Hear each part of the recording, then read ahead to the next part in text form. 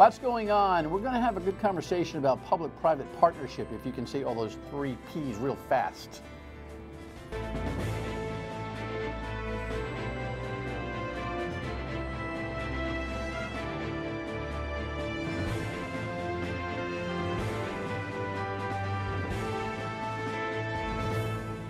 The Dan Yorke State of Mind program is brought to you in part by Lookout Rhode Island and Takeo Comfort Solutions. Gosh, it feels like a long time ago since we even mentioned the Paw Sox Stadium situation. It was almost like every day there for a 30-day period of time, and now it's gotten eerily quiet, which means jack the percentage of chance that the Paw Sox are leaving. When it gets quiet like this, something's going on. Just saying. Welcome into the Thursday. It's Thursday, Lexi? Okay, it's Thursday. It's been a whirlwind week, and a lot of it not so good. But welcome in. We've got a pretty smart guy from Johnson & Wales to talk to us about the nature of public-private partnerships in general, and specifically, we'll talk about the Paw Sox Stadium situation. So I just wanted to throw this in. The president yesterday had a gathering which began rather perfunctorily, but got raw because he had, you know, real families who have had real, unbelievably tragic losses in this high school shooting at the White House. Headline here to describe the event. And then he said this. If you had a teacher who was adept at firearms, they could very well end the attack very quickly. You know, so he's waxing on about. I wrote this today. The president tweeted. I'm just grabbing this off my phone because we all operate off our phones these days, right? If a potential sicko shooter, he writes, knows that a school has a large number of very weapons-talented teachers and others who will be instantly shooting, the sicko will, capitalize, never attack that school. Cowards won't go there. Problem solved. Must be offensive. Defense alone won't work. No. I wrote, again, we remind ourselves that this is the president leading on an issue, in quotes. No more thought than a casual radio talk show phone caller. Let's go to Donald from Washington. You're on WPRO. I mean, this is the stuff I hear on the radio all the time. Hey, you know, if we just gave the teachers some guns, we'd be good. Now, today, he's like, I'm not talking about arming teachers. What are you talking about, Mr. President? Can you have a salient thought for maybe 2 days in a row? Would that be too hard? It's so frustrating because this issue is so crucial. And the showmanship around meetings is one thing. You know, cognitive thought process, philosophy, and the ability to sell a subject matter or something that he doesn't have, because he's all over the map, pinging and ponging between what the NRA has to say today and what these kids who are driving him understandably crazy have to say yesterday and tomorrow. I don't know. I just don't know. I don't think you know either.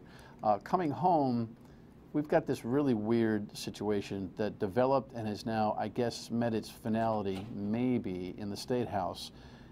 This morning's headline in the Providence Journal highlighted the formality of a process that the Senate put together for the expulsion of one Senator Nick Kettle, the Coventry senator who's jammed up on 2 criminal situations. One, a video voyeurism charge where he reportedly played around with some naked photos of his girlfriend, that's allegedly. And then an indictment, that's only a month old. Then an indictment that comes down on 2 charges of extortion for sex that allegedly happened with a page, age 17-ish, back in 2011. Anyway, the ACLU earlier this week, I think, rightly clarified and called for the Senate to put a formal process together. And I thought it was really important that they did that, because we've never, ever, ever expelled anybody from our State House, ever. It's never been done. There's a constitutional provision for that. The logic from the Senate president on this is puzzling to me. The idea that, you know, some negative press came to the Senate chamber and this guy's got to, you know, these charges could be whittled down or beaten. they are titillating, they're weird, they're embarrassing, they're all those things, they're creepy, but they could go away. He could end up having much less legally to deal with than others in the General Assembly have had who've never been asked to leave or shown the door. And there's a difference. Asking somebody to resign, which is your First Amendment right, no matter if you're the mailman or the Senate president, is fine. Setting up the system to throw them out is a whole nother ballgame. Anyway, under the pressure, understandably, Senator Kettle made a decision today, and it is that. He's out, even though he complained that he wasn't getting due process. You know, due process from the courts is different than due process from the politics, but I'm telling you, something's fishy with this whole thing. There's an investigation going on the PAGE program. The war stories from years ago on the PAGE program are enough to horrify you, and I think the leadership, although the charges are certainly, doth protest too much. Stay tuned. I don't think we're done with that one. On the subject for tonight, here is an op-ed headline that sponsored our invitation to the author, and the Providence Journal kind of responded to it, and there's been an ongoing conversation about this concept of public-private partnerships. So we bring in Lee Esckilsen from the Johnson & Wales University, Professor of Sports, Entertainment, Events and Management. Welcome. Nice to have you. Great to be here. Executive summary on your thought process. Well, you know, there's been a lot of conversation about the financing of this process. And which process now? The stadium, the Paw Sox Stadium? The stadium. Okay, so let's talk about that specifically. Okay, so I think that there's three things that you have to keep in mind. These buildings are built for economic catalysts, community pride, and quality of life. And there's a cost for that, and the cost is in what communities use for public financing. So, you know, I heard a lot of back and forth, and I actually testified a couple times on behalf of the facility, because I do think that the communities, states, cities, should be involved in publicly financing public assembly venues, because they do so much for the community. And I didn't sense that message was being talked about out there, because the state has been doing that since the early 70s, you know, or at least the early 80s. The state has been involved in financing the convention center, the purchase and renovation of the Dunkin' Donuts Center, and the Veterans Memorial Auditorium. And if you really want to throw in, they were involved also in the Ryan Center. But more importantly, focusing on Providence, you know, the state has been in the financing of public assembly venues for quite some time, and for all the right reasons. I mean, think of all the wonderful things that these venues bring to the city of Providence and the state of Rhode Island. And the same thing with the old McCoy Stadium. I mean, McCoy's brought tremendous amount of quality life, some economic impact, because it sits in an area which isn't great. It's in a neighborhood, which is why they want to move the building to the Apex site. I think it'll add a lot more quality of life, or a lot more economic impact where in the Apex site. But it's still, it's a very important facility for the state, and I just felt like that message was being lost. It was being lost underneath all of the discussions about financing. Well, look, you're preaching to the choir, so I agree and I agree and agree and agree and agree and agree. So I'm trying to, as I'm listening to you, I'm trying to think about what it is that might have caused this message to be lost. What do you think? Well, you know, there's been a constant drumbeat about millionaires and billionaires and not wanting to support them. And that's, I don't really think, is the issue. I mean, I think that they're running a small business. You know, these gentlemen got together for all the right reasons to buy the Paw Sox. They have done all the right things to try to help the process along. Matter of fact, they have offered a deal which is better than any other deal that's been offered in minor league baseball, to pay for 54% of it. And when you look at the financing and the renovation of the Dunkin' Donuts Center, you know, Providence College and the Providence Bruins didn't pay anything for the $92.5 million renovation of the Civic Center. So we're you know, the Paw Sox have stepped up and said, we're going to pay for half of it. And so I was scratching my head saying, well, wait a minute, why aren't we taking this deal? Because it is a great deal, and it's something that's going to, again, you know, add those three things to the state of Rhode Island. It's actually in a location that's going to be a great entryway into the state. It's going to do a lot of tremendous things, and I just felt like, you know, the arguments were getting bogged down, and so I thought, maybe can I bring some clarity to it by writing some things about the state's participation in financing public assembly facilities for so long. All right, when we come back, we'll talk about whether or not clarity has been brought to it, because I think we're as muddy as we've ever been on this conversation. Stay with us.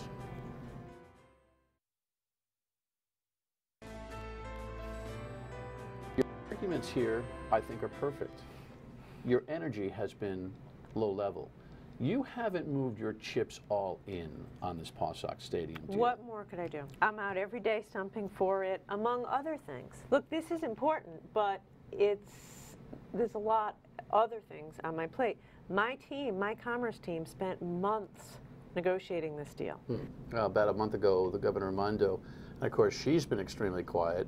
The legislature's in a complete stall mode right now. The Speaker of the House has more or less said, yeah, I'll take a meeting with the Paw Sox, but they're going to have to pony up more money, and the whole deal's going to have to be arranged. The Senate President wants to choke them over that.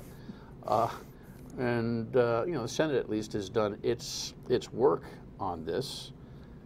It's crazy what's happened. And there's an article actually in the Worcester Telegram today by a guy who covers City Hall, who's you know, making a complimentary analysis of the city manager up there, who normally is very chatty about public projects, who's keeping his lips very tight about this. Instinctively, he thinks, and I agree with him, that that must mean that progress is happening in Worcester, because they recognize the value of adding this franchise to the growth of that city, which is on the come, no doubt.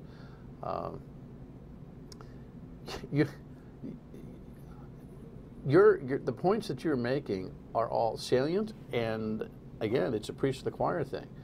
Can you step away from this and give an analysis? I mean, I can. I've been doing it for months and months and months here, about why this thing is murky? That's a great question. I don't know, and I think that, you know, it's the malaise of the community. Yeah, and it's 38 studios, yeah, and it's the you know we like to blow our big toe off mentality, and it's and then there's a libertarian thread out there that's caught a little bit of fire to inspire the angry mob, which is that we don't use taxpayer dollars for anything other than what we say is vital, and the definition of vital is lost on the general population. It's a mess. Right, and I agree, and I think the whole problem started when they tried to put the building in Providence. I think that's really where the problem started, how they were going about, and they admitted it. The Paw Sox said, you know, we probably had a misstep when we originally tried to put the stadium in Providence, and so when they backed off of that, there were people that still felt like, oh geez, this is 38 studios, and then there was a complimentary number. There was a 38 number in the Paw Sox deal. I don't know how that came up, but you know, what I'd love to do, Dan, just for a minute, I'd love to take you back in history, sure, because I think the history points to where I think this needs to go in the future. So this is from an excerpt from the Providence Journal, June 26, 2014, about Mayor Dorley. Joseph Mayor Dorley Jr., the mayor of Providence, had built the Civic Center after statewide voters refused to pay for it. It was the early 1970s, desperate times for Providence. Since the suburban boom that followed World War II, the capital city's population had plummeted from 248,000 to 179,000. The federal urban renewal funds under Lyndon B. Johnson's Great Society had dried up. The big downtown department stores were closing one by one. The Chamber of Commerce leaders said that you could fire a rifle off Westminster Street at dusk and not hit anyone. Even a downtown Bible study storefront had shut down because there was no souls left to save. The cynics said that the Providence was beyond salvation. The prediction that Dorley's dream would become Dorley's icebox. The building opened Friday night, November 3rd, 1972, with a Providence Reds hockey game. The rest is history. Because where would Providence be? Where would I firmly believe that the Civic Center was one of the keys to the revitalization of Providence. Just like I believe a new Paw Sox Stadium on the Apex site is the key to the revitalization of Pawtucket. And I think, you know, since 1972 to today, when we look about all the wonderful things that happened in Providence and the Civic Center, I would like to be able to say that 30 years from now, 40 years from now, about the new stadium in McCoy. So I'm looking back saying, we learned from history. We didn't want to do it back then, but look at all the wonderful things that happened. People say that the product is a dying product. The baseball is a dying product. Well, it's not just a baseball stadium. It's a multi-purpose facility. And I've looked at the designs, and I've talked to them about the designs. That's one of my backgrounds. I spent 20 years building public assembly venues, especially arenas. I was involved in the development of Mullen Center at UMass, the Manchester Arena, where unfortunately the Ariana Grande explosion happened. I opened that building in 1995. So I have a lot of experience in building these buildings and making them multi-purpose buildings. And I truly believe that the Paw Sox and the mayor and everybody involved wants to make this a multi-purpose facility. So yes, there is going to be 70 home baseball games, which is more than the Providence Bruins and Providence College play combined in the dunk. But it's going to be a 12-month facility. It's going to be one that's going to benefit the community and the state 12 months out of the year.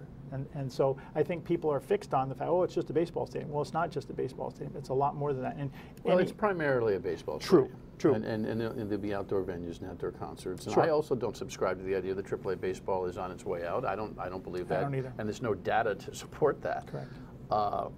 So with all of these buildings, and again, your background, you're a professor at JW, and you've got textbooks like this. Lee gave me this. This is one of the grad school? Both undergrad and grad. Undergrad and grad. Public Assembly Venue Management. So there are textbooks for how to be a participant and work in this field. And so he's an author. So I show you this because this is not some fly-by-night thinker here. Your career has been in participating in the architecture or the actual construction Actually, of these the development buildings? and management of public assembly venues, and specifically arenas nationally and internationally. Development meaning you're the developer? Well, I get involved at the beginning, so I get involved with the architects and the developers. We work on the budgets, we work on the designs, and then we bring it to fruition. And so have you in your experience, abroad or in Western Mass or anywhere where you've built something,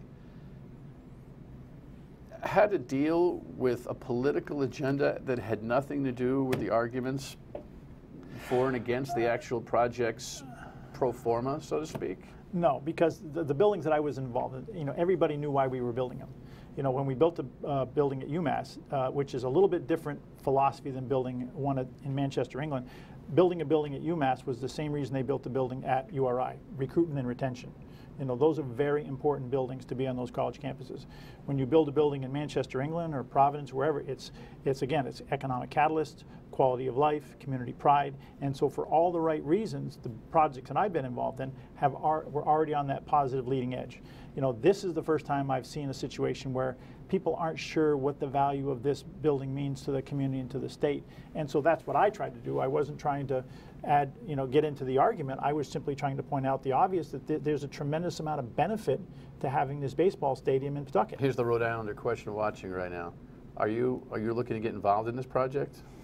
I have been involved in it a little bit. I did some. I reviewed the feasibility study for compensation. Yeah. And that's what I do in addition to teaching. And let me just the Department of Sports, Entertainment, and Event Management at Johnson Wales is one of the largest programs in the country, and a lot of people don't realize that. And we send a lot of kids out into the industry, and to do what I'm doing now. And what I do is I do venue assessments. I look at feasibility studies, and I looked at the study to see, in fact, was the building falling down? Was it at a point where there's no turning back, or was there a potential for renovating it? Or what's the short answer? Two things. One is it is falling down, and it would take almost as much money to rebuild it. Right. And the second one is it's in the wrong place. I mean, these buildings survive on economic. It's in the wrong place for future growth. True. I mean, all the commercial rights that we call them, they come from a public assembly venue. The naming rights and the sponsorships and all those kinds of things can't happen where it is now. They will happen at Apex. They sit right on the side of the highway, just like the Dunkin' Donuts Center benefits from their ability to have a marquee on the side of the venue. The building on the Apex site will do the same thing. So it'll add that economic catalyst and that wonderful vision as people come into the state of Rhode Island. Yeah. The concept of the public and private partnership for a couple minutes when we get back.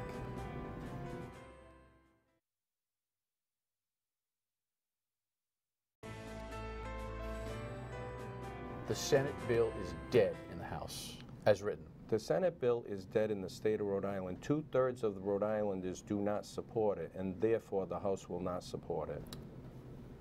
He's got no data. And now he's just slowed the whole thing up to the point where Worcester is going to see the value of public-private partnership. The idea that we've got some, Mr. Ford of the Libertarian Party here in Rhode Island and a few others who are saying, no taxpayer money for public venues that have any form of private ownership in them. You can go down the landscape of America, and you'd have to rip out just about every economic, at least metropolitan, economic jump starter that we have in this country. It's amazing that this notion of no taxpayer money cooperating with private money has caught fire around here. But there's a leadership vacuum. And when there's a leadership vacuum, this is what happens. The governor's not been aggressive enough, as I told her, sitting in that chair. She pushes back, but she's got no evidence that she's really trying to own this thing. The Senate president went through the proper motions, but it's dead now. In general, is there a formula for public and private partnership? Is there something where you look at, you know, a hypothetical project and say, oh, no.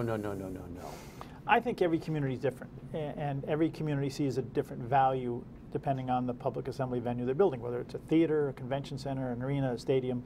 And obviously they want to create a win-win situation. You know, they want to get the building built. In this case, unbelievably rare that they're putting 54% into it. I mean, you know, I think the norm is more like 70-30, you know.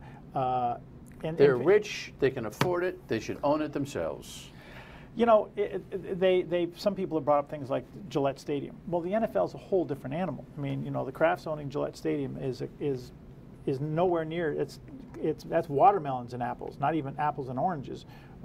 This is a minor league facility in a community. The gross revenue opportunities in the NFL far exceed what the minor league can do. It's a different conversation, and people somehow try to draw comparisons between the two, and you can't.